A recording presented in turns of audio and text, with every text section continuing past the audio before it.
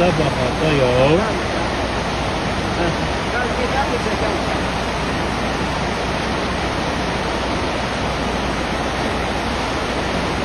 Vallahi beni bir etkiyete abi artık.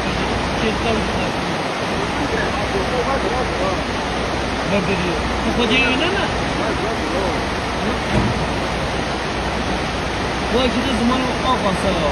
Bak sen vallahi şikayet ederim. Bak sana yemin ederim hayvan haklarına şikayet ederim. Yemin ederim. Siz biliyorsunuz. Bak senin gibi bir canım yok. Ben mi yapmışsın? Ben mi yapmışsın? Sen değil misin? Helal olsun.